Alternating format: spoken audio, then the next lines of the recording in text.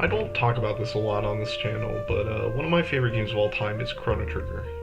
It's an incredible masterpiece of a game. I really should lay out more time to talk about it. Like, almost everything about it is incredible. But we're not here to talk about how amazing Chrono Trigger is. We're here to talk about a specific aspect of it that I really like. It's Frog Month, and for Frog Month, we gotta make a video about frogs. And who better than the main frog himself, Frog, one of the core characters of the story of Chrono Trigger, and one of the greatest party members in a video game. Literally the best frog in a video game ever. Even if he has an obnoxious Old English style of speaking in the original Super Nintendo version of the game. Frog is one of the most complex characters in Chrono Trigger and possibly the one you learn the most about. He's once a timid squire of his best friend, Cyrus, but the magic of a semi-evil warlock named Magus turned him into a frog-human hybrid. This has led him to become a hermit swordsman who still does great deeds in order to honor his dead friend. Through this transformation, it was now easier to put up a facade of a great hero because he didn't really see himself as the person he was anymore. When he meets the main characters, Chrono and Luca, he saves the latter from a monster who sneaks up on her. He's very much one for the old ways of chivalry, as outdated and reactionary they may be, though I suppose they weren't exactly outdated and reactionary in the time he's from, which is the Middle Ages. It turns out he's also searching for Queen Leene in Manolia Cathedral, so the three of them team up to find her. Though not immediately obvious, he has a very strong dedication to the Queen. Eventually, he does rescue her with their help, but he feels as if it was his fault. In his eyes, it is his duty to protect justice within the land. Cyrus's dying words told him as much, and he'd believe him over anyone else. Chrono and Luca and the newly rescued Marl don't see him again until they revisit the Middle Ages much later in the story. At this point, they find him in his house, where he's still wallowing in his own failures. Though Chrono, Luca, Marl, and their friend from the future, Robo, attempt to talk him into joining them and trying to take out Magus, he declines because he believes he's not the legendary hero who was prophesied to defeat Magus anyway, due to not possessing the hero's badge. Chrono and crew bring in one half of the Masamune, the legendary sword that must be used to defeat Magus, and the hero's badge, and he gives them the other half that he has. Flash forward a dungeon or two, and Frog has joined the group once again after contemplating on it for a night. Through this scene of him after the Masamune is returned to him, we finally get to see what led up to this. He and his friend Cyrus went to go fight the Frog King for the hero's badge and to retrieve the Masamune from Denadoro Mountains 10 years ago. The two of them worked perfectly in tandem with each other and were the best team of knight and squire in the entirety of Guardia. No holds barred. However, on their way back from the Denadoro Mountains with the legendary sword, Cyrus was killed by Magus right before Frog's eyes, permanently shattering the crutch he had to lean on. Frog goes with Chrono, Luca, Marl, and Robo to the magic cave and puts all of his might into opening it with the Masamune. As the lightning strikes from the heavens, the climactic moment is interrupted by another flashback. More stuff about how when he was young he was bullied for being too shy and taking hits easily. However, even despite this, Cyrus tells him something, that he became one of the greatest swordsmen in the land, even before he was a frog. Not only that, we get to see that the hero's badge actually chose Frog. It just washed downstream and happened to land in Tata's hands instead.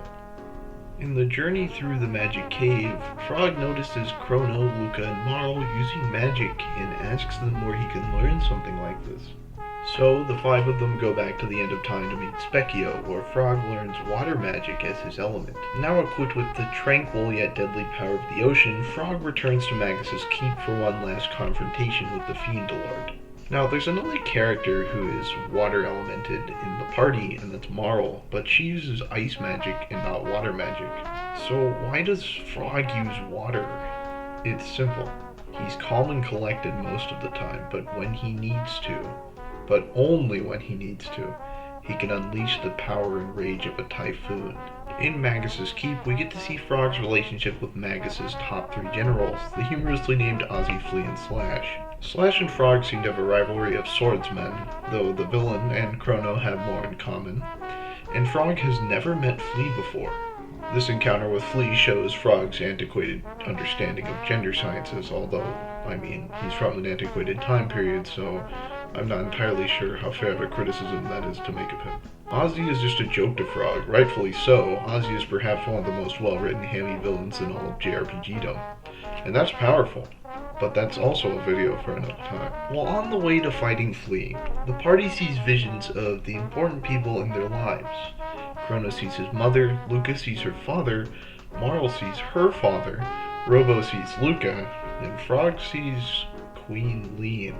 As we learned earlier, his final promise to Cyrus was to protect the land and Queen Leene. In one ending of the game, it's shown that Frog was the one who married Queen Leene, and they were somehow able to conceive children, and thus the Guardian Royal line had Frog DNA. There's a lot of implications that Frog has feelings for Queen Leene throughout the game, but I always saw it differently, like more of a wistful duty for his fallen friend. It just makes me feel odd and kind of pitying to see Frog chase after Queen Leene like this, and really it's just not the way I'd like to interpret his character. It makes him seem a lot less noble and more just kind of creepy. After the three generals are done and dusted, there's only Magus left to take on. The tension is palpable. These two characters have been built up as mortal rivals, and the two of them finally get to fight. Frog's newfound confidence, along with the Masamune of course, help him keep up with Magus and his snide remarks and shadow magic.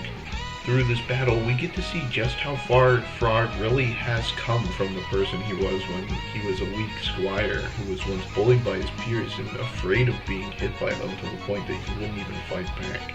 Then, Frog nearly enacts his revenge for Cyrus and nearly saves the planet for everyone. And then all six of them get swept up into a time portal. At this point, Chrono, Luca, Marl, Robo, and Frog end up in prehistoric times. The first thing Frog wants to do, find Magus and bring him to his end. It takes Chrono's team and Ayla, the chief of the tribe they're friends with in prehistory, to convince him to let it go for a bit as they try to find where Lavos was born in the past to help further their main goal of saving the planet's future. When Chrono dies and the party finds Magus in the Northern Cape, Frog almost kills the Fiend Lord on sight. But then something interesting happens. Frog realizes that killing Magus will not bring Cyrus back, and he even allows Magus to join their party. The two of them must now work together to help find a way to revive Chrono and stop Lavos from destroying the future. If they killed Magus, then Frog would have become human again, but that wouldn't be the noble thing to do. Frog's grown a lot, even just in a few hours of gameplay. Frog finds Cyrus's ghost when the party travels to the ruins of Guardian Knight Tomb, and he vows to restore the ruins and lay Cyrus's soul to rest, as an ultimate act of avenging him. So the group rebuilds the ruins, and the Masamune gets stronger as a result of a heart-to-heart Frog has with Cyrus. This heart-to-heart changes him, and to show this, his reflexes finally increase to let him grab a golden gemstone from the Donadero Mountains to allow him to use the Masamune's ultimate attack, the Grand Dream.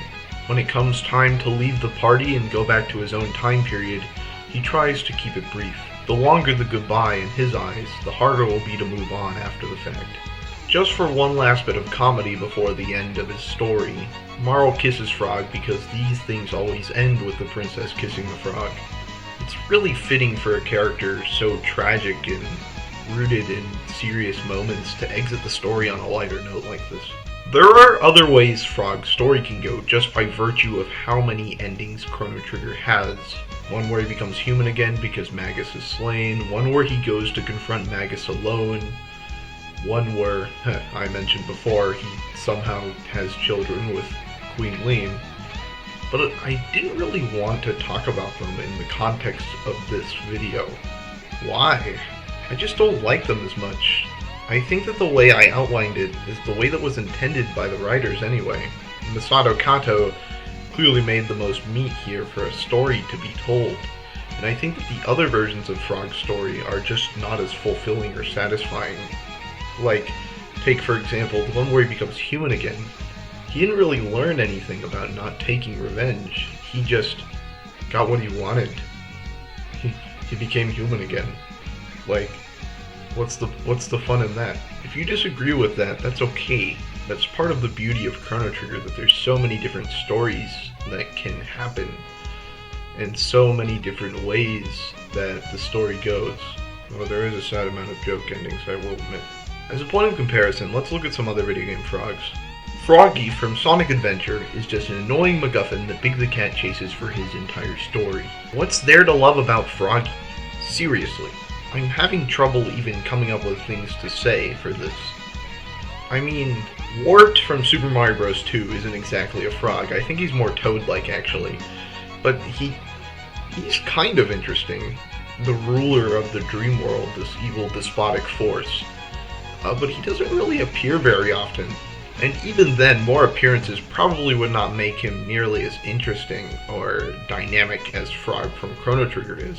Though I would like to see him more often, and that would probably bump him up on my top 10 frogs in video games list even more. Oh, and don't get me started on Save Frogs in Mother 3. Please! Nobody even knows what an Earthbound 2 is. But seriously, while they are quite charming, they aren't really, like, characters. They're just frogs that you save at, although I do love them. And I do think they are a great way of showing how the Mother series likes to characterize game mechanics. But I don't really think they're on the same level as Frog from Chrono Trigger is. I do have quite the soft spot for them though. If you can think of another video game frog that's better than Frog from Chrono Trigger, then please send me an angry email about it later. However, until then, this has been Arcagent Everlasting, Stan of Amphibians, signing off. Thank you for listening, and have a happy Frog Month.